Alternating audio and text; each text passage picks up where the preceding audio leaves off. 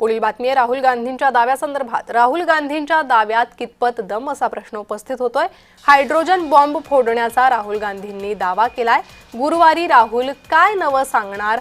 मतचोरीचा राहुल गांधींचा दावा फुसका निघाला होता, त्यामुळे आज राहुल गांधी काय दावा करणार हे पाहणं महत्त्वाचं आहे। राहुल गांधींनी हायड्रोजन बॉम्ब फोडणार असल्याचं म्हटलंय। याआधी त्यांनी मतचोरीचा दावा केला होता। आज ते काय दावा करतील आणि त्यांच्या या दाव्यात कितपत दम असेल हे पाहणं महत्त्वाचं असणार आहे। याआधी मतचोरीचा मुद्दा राहुल गांधींनी उपस्थित केला होता,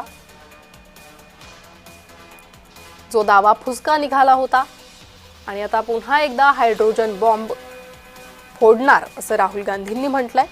त्यामुळे आज राहुल गांधी काय दावा करणार आहे, काय बोलणार आहे यावर लक्ष लागलेलं आहे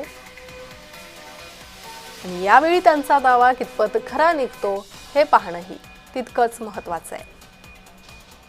वोट चोरीवरून काँग्रेस वारंवार सत्ताधाऱ्यांवर टीका करत आहे। महाराष्ट्राच्या निवडणुकीत विशेषतः काँग्रेसकडून हा दावा करण्यात येतोय।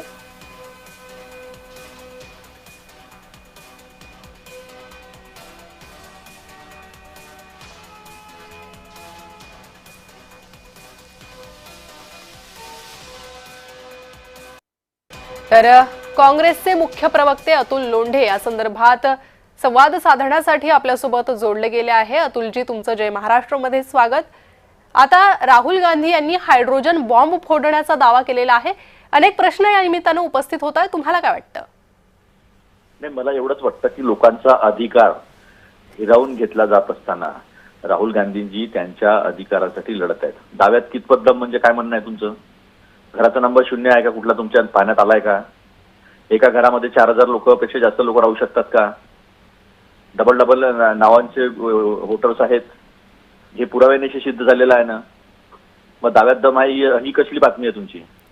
जी अतुलजी, मात्र याआधी या बातमीत काय दम आहे मला सांगा ना। की लोक पकडले गेले, कर्नाटकमध्ये मतदान करतात, उत्तर प्रदेशमध्ये मतदान करतात, हरियाणामध्ये मतदान करतात। हे इलेक्शन कमिशनच्याच डेटावरून काढलेल्या गोष्टी आहे। मशीन रिडेबल डेटा देत नाही। इलेक्शन कमिशनची निवडणूक करणारी समिती जी आहे त्यातनं चीफ जस्टिस ऑफ इंडियाला काढून दिलं जातं। जेव्हा चंदीगड हायकोर्टाने सांगितलं की तुम्ही डेटा द्या, तर त्यावेळेस डेटा देता येणार नाही असा कायदा केला जातो। इलेक्शन कमिशन पळत आहे। इलेक्शन कमिशन कठपुतली झालेलं आहे बीजेपी सरकारचं। आणि तुम्ही म्हणता की काय दम आहे? अरे दम होता म्हणून तर एवढं हल्लं ना सगळं।